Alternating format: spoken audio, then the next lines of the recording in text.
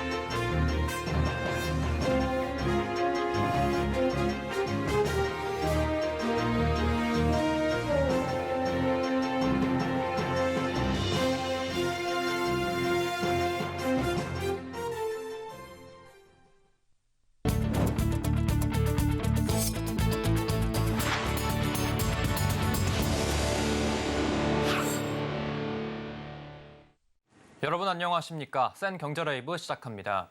우리나라 국제교역의 최종 성적 표격인 경상수지가 2달 연속 흑자 흐름을 이어갔습니다. 상품 수지의 흑자와 배당소득 유입이 힘입은 건데요. 하지만 국제유가 오름세 등 대내외 불확실성 때문에 앞으로의 전망은 불투명합니다. 김미연 기자입니다. 한국은행이 오늘 발표한 국제수지 잠정 통계에 따르면 6월 경상수지는 58억 7천만 달러로 잠정 집계됐습니다. 지난 5월 19억 3천만 달러에 이은 2달 연속 흑자 행진입니다.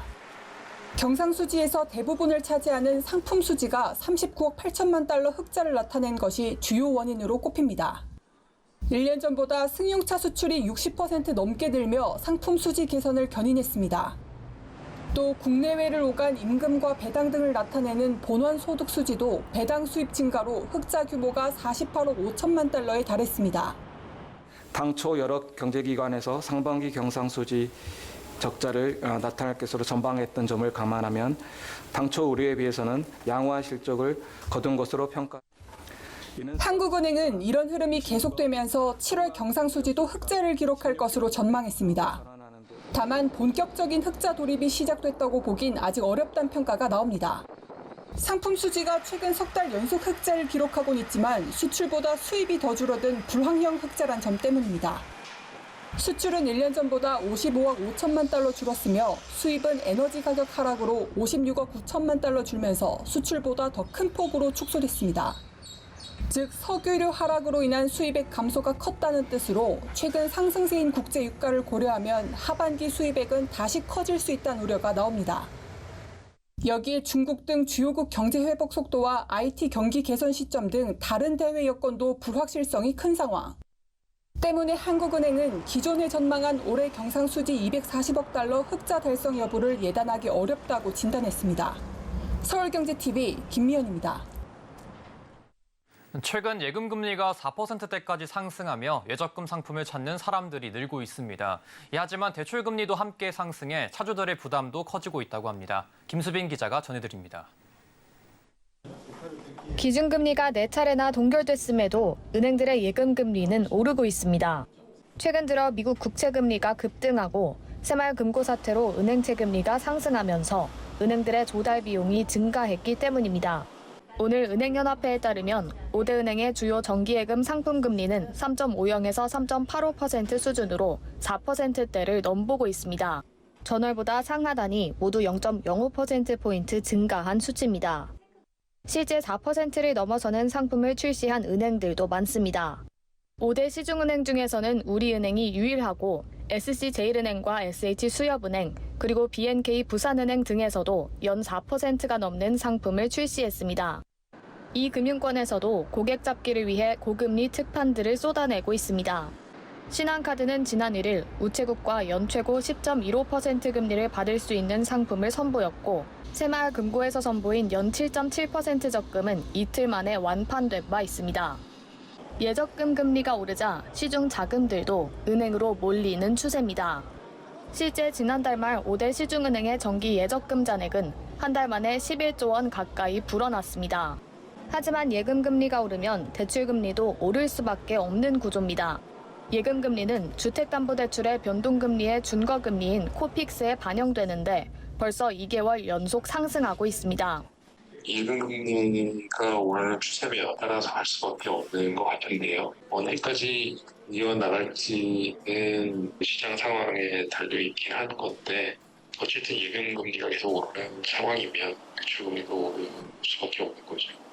한국은행의 기준금리 향방도 아직 예단할 수 없는 상태여서 영끌족 등 국내 차주들의 근심이 커지는 모습입니다. 서울경제TV 김수빈입니다. 모바일 뱅킹을 통해 단 36시간 만에 파산한 실리콘밸리 은행과 급격한 자금 유출 사태를 맞은 새마을금고로 인해 디지털 뱅크런에 대한 위기의식이 커지고 있죠. 금융권이 예수금 모니터링을 강화하고 수신금리를 올리는 등 유동성 관리에 적극적으로 나서고 있습니다. 민세원 기자입니다. 오늘 금융권에 따르면 예금보험공사는 최근 저축은행 예수금 데이터 시스템 자동화 관련 용역 공고를 냈습니다. 그간 수기로 관리하던 시스템을 자동화해 예수금 동향을 실시간으로 파악 관리하겠다는 겁니다. 이는 스마트폰으로 빠르게 자금이 쓸려나간 SVB와 뱅크런 우려를 빚었던 새마을금고로 인해 급속한 디지털 뱅크런과 유동성 관리가 금융권 화두로 떠올랐기 때문입니다. 한국은행도 최근 비은행 금융기관 부실 우려 시 유동성을 신속하게 지원한다는 내용을 담은 대출제도 개편안을 마련했습니다. 이 같은 당국의 유동성 안전판 강화와 맞물려 개별 금융업권에서도 유동성 확보에 힘을 쏟고 있습니다. 시중은행에서 4%대 예금 상품이 등장한 데 이어 저축은행들도 예금 금리를 올리고 있습니다. 특히 저축은행들은 하반기 돌아오는 고금리 특판 만기에 대비해 수신 확보에 더욱 열을 올리고 있는 모습입니다. 지난달 말부터 저축은행 1년 만기 정기예금 평균 금리가 4%대로 올라선 가운데 OK, JT 친해저축은행 등은 6개월 만기 상품 금리까지 4% 중반으로 끌어올리고 있습니다.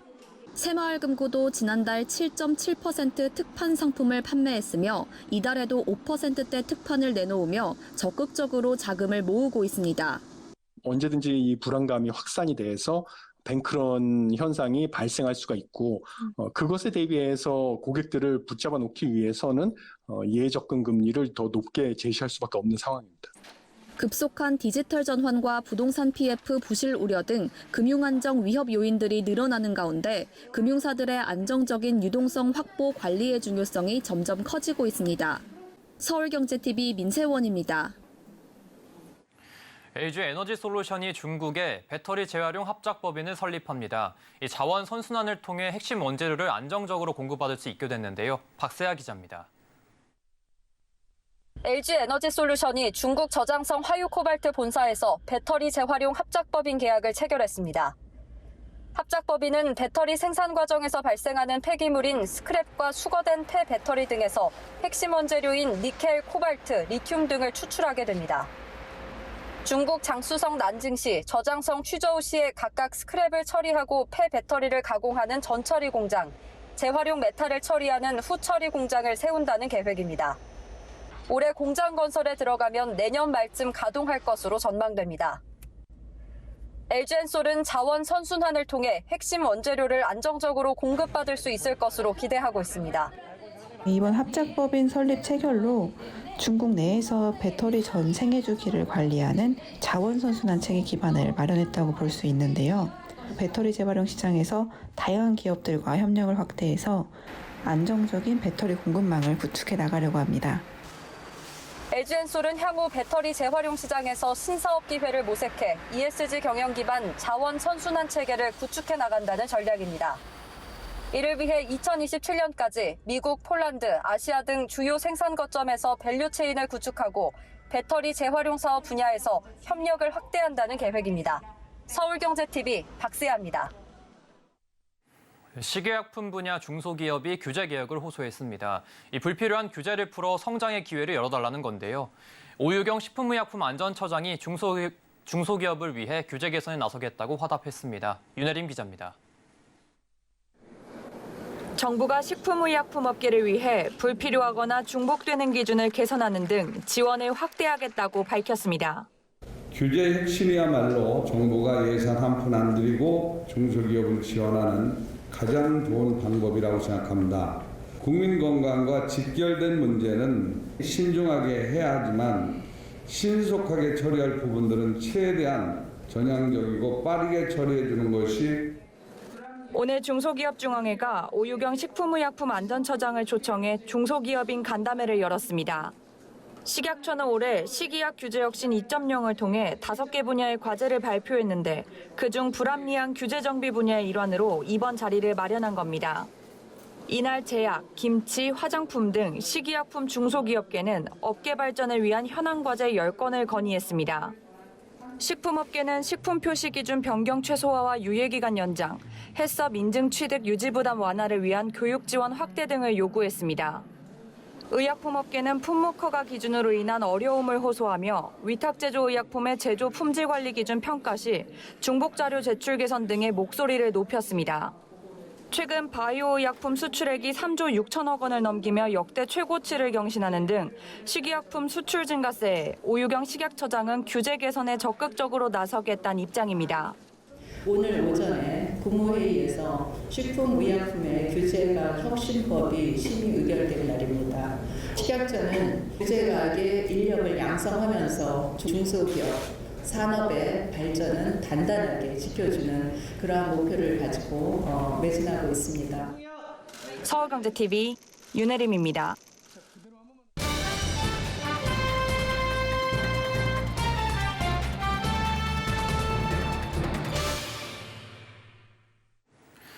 (2023) 새만금 제25회 세계 스카우트 잼버리가 각종 논란 속에 끝내 조기 철수를 결정했습니다. 제6호 태풍 카눈의 북상에 따른 조치인데요.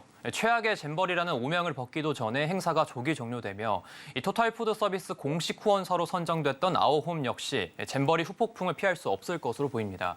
관련 내용 산업이부 이호진 기자와 자세히 이야기 나눠보도록 하겠습니다. 이호진 기자 안녕하십니까? 안녕하세요. 네, 정말 말도 많고 탈도 많았던 세계 잼버리였습니다. 결국 조기 철수를 결정했는데 어떻게 막을 내리게 되는 건가요? 네, 결국엔 조기 철수 결정을 내렸습니다. 철수 결정은 제6호 태풍 카눈이 한반도를 관통할 것이라는 예보에 따른 결정인데요. 대원들의 안전을 위해 장소를 옮길 뿐 행사는 계속된다는 설명입니다. 새만금 세계잼버리가 코리아 세계잼버리로 성격을 변경한 셈인데요.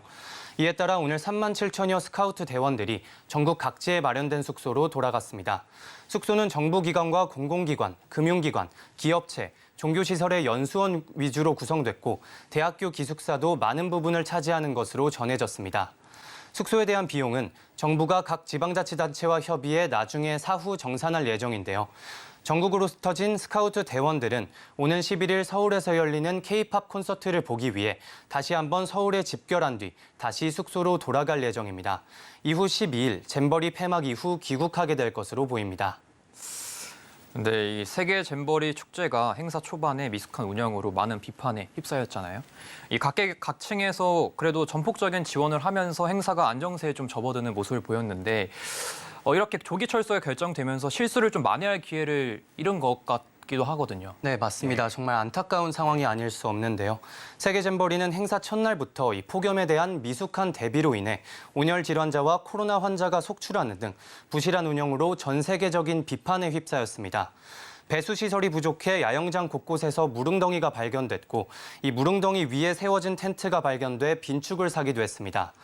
인원에 비해 부족한 화장실은 비위생적인 상태로 논란이 됐고 냉수 공급 부족 사태와 부실한 식단, 편의점 바가지 문제 역시 여론의 문매를 맞았습니다. 이에 영국, 미국 등은 지난 4일 조기 퇴소를 결정하고 야영장을 떠났으며 영국 스카우트 연맹 대표는 오늘 영국 현지 언론을 통해 주최 측에 실망감을 느낀다는 입장을 내놓기도 했습니다. 네, 앞서 말씀드렸던 토탈푸드 서비스 공식 후원사였던 아오홈 역시 이 후폭풍에서 좀 자유로울 수 없을 것 같은데요. 네, 맞습니다. 말씀하신 대로 아오홈 역시 곤란한 상황입니다. 글로벌 행사의 공식 후원사로 참여하며 대대적인 홍보 효과를 누리고 더 나아가 잼버리가 해외 진출의 교두보 역할을 할 것이라고 예상했던 아워홈의 기대는 완전히 비껴나갔습니다. 아워홈 논란의 시발점은 곰팡이 달걀이었습니다. 행사 이튿날 참가대원이 아침 식사로 제공받은 구운 달걀에서 이 곰팡이가 발견됐던 건데요. 식품의약품안전처는 잼버리 행사에 공급된 달걀 19,000여 개 가운데 7개 달걀에서 곰팡이가 발견됐으며 축산물위생관리법의 위반 사실을 적발했다고 밝혔습니다. 아워홈은 지역 활성화 차원에서 새로 계약한 지역 업체에서 공급받은 식자재라는 답변을 내놨지만 세간의 비판을 피해갈 순 없었습니다. 식재료 공급 지원과 식사의 질 역시 문제가 됐습니다. 식사의 양이 부족했다, 식재료가 제 시간에 공급되지 않았다, 식사가 부실하다 등 불만이 지속적으로 제기되며 지난 5일에는 윤석열 대통령이 직접 나서 학생들에게 공급되는 식사의 질과 양을 즉시 개선하라고 지시하기도 했습니다. 각종 논란이 이어지자 아워홈은 구지은 부회장을 필두로 직접 현장 지원에 나서며 추가 식재료, 얼음 및 냉수 등을 긴급 지원하는 동시에 냉장 컨테이너, 도로공사 지원 등 대책 마련에 나섰습니다. 하지만 오늘부터 행사 현장이 텅 비어버리면서 사실상 명예회복을 위한 마지막 기회도 놓쳐버리고 말았습니다. 예, 전국 각지에 흩어진 대원들이 12일까지 한국에 머무른다고 들었는데요. 이 계획이 바뀐 상황에서 공식 후원사인 아워홈의 새로운 역할은 좀 없는 겁니까? 네, 아워홈은 현재 다양한 지원 방안에 대해 조직위 및 부처와 긴밀히 협의 중에 있다고 설명했습니다. 아워홈 관계자는 대원들이 금일 영지를 떠나면서 이동 시간에 취식할 수 있는 음식은 테이크아웃 형태로 제공할 것이라며 대원들의 철수가 완료된 이후 현장에 구축된 식음료 공급 시설을 철거할 예정이라고 설명했습니다. 또한 11일 진행되는 K-팝 콘서트에서의 식음료 지원, 이미 계약한 공급 물량의 처리에 대해서도 조직위와 협의를 진행할 예정이라고 덧붙였습니다.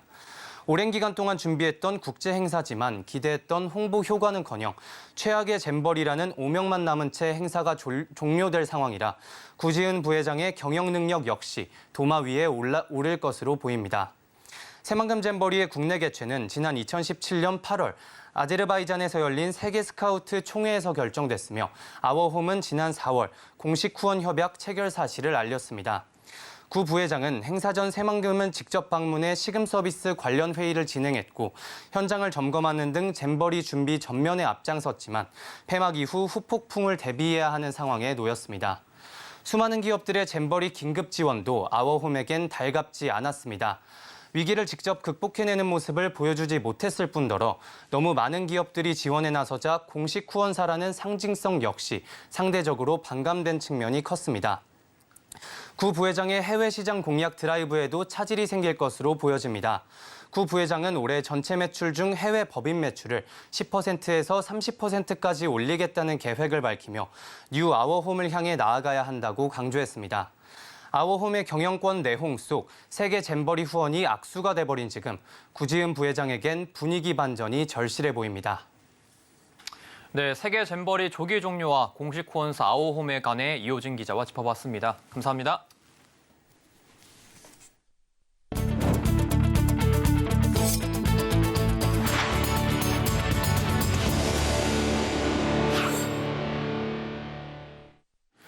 CJ 바이오사이언스의 유상증자의 최대 주주 CJ 제일제당이 통 크게 참여했습니다.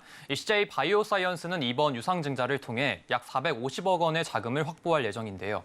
이 확보한 자금으로 마이크로바이옴 신약 개발에 드라이브를 걸 계획입니다. 서지은 기자입니다. CJ 제일제당이 CJ 바이오사이언스의 유상증자에 참여합니다. 출자 주식수는 보통주 170만 3,198주로 CJ 제일제당 신주 배정 물량의 120%를 초과 청약한 것입니다. CJ 바이오사이언스는 이번 유상증자를 통해 약 456억 원을 확보할 예정인데 이 중 절반이 넘는 240억 원가량을 CJ 제일제당에서 수혈받게 됩니다. CJ 바이오사이언스는 신약 개발 투자로 영업 손실이 지속되는 상황 속 자금 조달을 위해 유상증자를 결정했습니다. 하지만 마이크로바이옴 시장 성장 기대감 등이 반영됐던 CJ 바이오사이언스 주가가 지난 5월 유상증자 발표 이후 급락하면서 자금 조달 규모를 대폭 줄였습니다. 이러한 상황에서 CJ제일제당이 CJ 바이오사이언스의 자금 조달을 지원한 것입니다. CJ 바이오사이언스의 미래 가치에 대한 좀 긍정적인 전망을 바라봤고 또 그리고 저희 CJ제일제당이 최대 주주이기 때문에 책임 경영 차원에서 CJ 바이오사이언스 유상증자 참여 실시한 것입니다. 이번 유상증자를 통한 자금 조달로 CJ 바이오사이언스는 마이크로바이옴 신약 개발에 박차를 가합니다. 마이크로바이옴은 생물과 생태계를 합친 용어로 사람의 몸속에 존재하는 각종 미생물과 그 유전자를 뜻합니다. CJ 바이오사이언스는 면역 항암제와 함께 치료할 때 항암 효과를 더욱 높이는 마이크로바이옴 신약을 개발하고 있습니다. 해당 신약은 현재 국내 식약처와 미국 식품의약국의 임상 1, 2상 계획을 승인받았으며 올해 9월부터 임상 환자 모집을 시작합니다. 한편 CJ 바이오사이언스는 자사의 마이크로바이옴 신약 파이프라인을 세계 최다 수준인 15개 확보했다고 밝힌 바 있습니다. 서울경제TV 서지은입니다. 새로 건조되는 선박 가격을 뜻하는 신조선가가 꾸준히 오르고 있습니다. 이 3년치일감을 확보한 조선업계가 선별 수주에 나섰기 때문인데요. 당분간 성과 상승이 이어질 것으로 관측되고 있어 업계의 기대감도 커지고 있습니다. 김효진 기자입니다. 영국 조선해운 시황 전문기관인 클락슨 리서치에 따르면 7월 기준 신조 선가 지수는 173포인트. 신조 선가는 2019년 130.88을 기점으로 우상향하고 있습니다. 이 지수는 수요와 공급 상황에 의해 결정되는데 100을 기준으로 100 이상이면 예전보다 선박 가격이 올라갔다는 뜻입니다. 업계에선 선가지수가 당분간 상승세를 이어갈 것으로 관측하고 있습니다. 선가지수를 구성하는 선종 중 가장 가격이 비싼 LNG선이 국제해사기구와 EU의 환경규제 적용 시점이 다가오고 있어 수요 증가가 예상되고 있습니다. 각 조선사별로 지금 2, 3년치 물감들이 쌓여있다 보니 그 각 도크가 차 있는 상황이거든요. 시장의 수요도 지속되고 있고 당분간은 공급자 우위의 시장이 유지될 것이기 때문에 그 성과도 좋게 형성될 것으로 보고 있습니다. 실제로 HD 한국조선해양은 최근 17만 4천 입방미터급 LNG 운반선 2척을 한 척당 2억 6,500만 달러에 수주했습니다. 이는 동급 LNG 운반선 중 최고 선가입니다. 전문가들은 조선업계의 남은 과제로 친환경 선박 관련 기술 개발을 꼽고 있습니다. 경쟁자로 지목되는 중국 조선업계와의 격차를 벌리기 위해서는 친환경 선박 연료인 LNG, 메탄올, 암모니아, 수소 관련 기술을 선점해야 하는 것이 더욱 중요해졌습니다. 서울경제TV 김유진입니다. 미국 뉴욕 연방준비제도 총재가 현재 미국 연방기금 금리가 사실상 최종금리에 근접했다며 내년이나 그 이후 금리 인하 움직임이 있을 수 있다고 밝혔습니다. 아이폰 15 시리즈가 다음 달 12나 13일 공개될 것이란 외신 보도가 나왔습니다. 공개 시점이 일주일가량 늦어진 건데 일부 디스플레이가 신뢰성 테스트를 통과하지 못했다는 관측도 나옵니다. 지난 2019년 납품 가격을 두고 갈등을 빚었던 LG 생활건강과 쿠팡이 4년 만에 거래를 재개합니다. 이르면 연내 로켓 배송을 통해 LG 생건의 제품을 구매할 수 있게 됩니다. 기지개를 켜고 있는 제주항공과 에어부산이 최대 분기 실적을 기록했습니다. 엔데믹의 여객 수요가 증가한 덕입니다.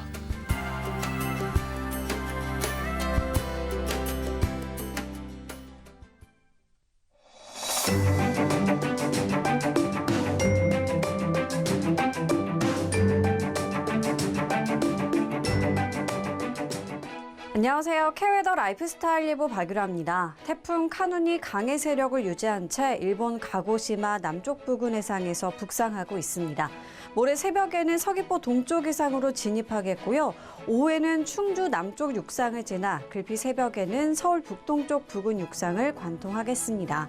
육상 진입 시 중해 세력으로 약해지지만 이동 속도가 느려 피해가 클 것으로 보이는데요. 현재 전 권역으로 태풍 예비 특보가 내려진 상태고요. 내일부터 글피 사이 전국에 돌풍과 벼락을 동반한 강한 비바람이 몰아치겠습니다. 양은 동풍과 태풍의 영향을 받는 영동은 최대 600mm 이상, 남부와 제주의 100에서 300, 많은 곳은 400mm 이상이 되겠고요. 그 밖에 중서부와 영서 지역은 최대 250mm 이상의 물폭탄이 쏟아지겠습니다. 전해상에도 비가 오겠고요. 최고 6에서 8m의 매우 거센 파고와 함께 너울이 치겠습니다. 안전사고에 철저히 대비하셔야겠습니다. 다음 자세한 지역별 내일 날씨입니다. 중부지방 비가 오기 전까지 푹푹 찌겠습니다. 낮 기온 서울이 34도, 청주 33도를 보이겠습니다. 동해안 비가 오면서 폭염이 주춤하겠습니다. 한낮 기온 속초와 강릉 26도가 예상됩니다. 남부지방도 비가 내리면서 극심한 폭염은 잠시 수그러들겠습니다. 낮 동안 광주 34도, 대구는 31도가 되겠습니다. 태풍으로 인한 강한 비바람이 몰아치면서 극심한 폭염은 잠시 주춤하겠습니다. 날씨였습니다. 이상으로 센 경제 라이브 마칩니다. 함께해 주신 여러분 고맙습니다.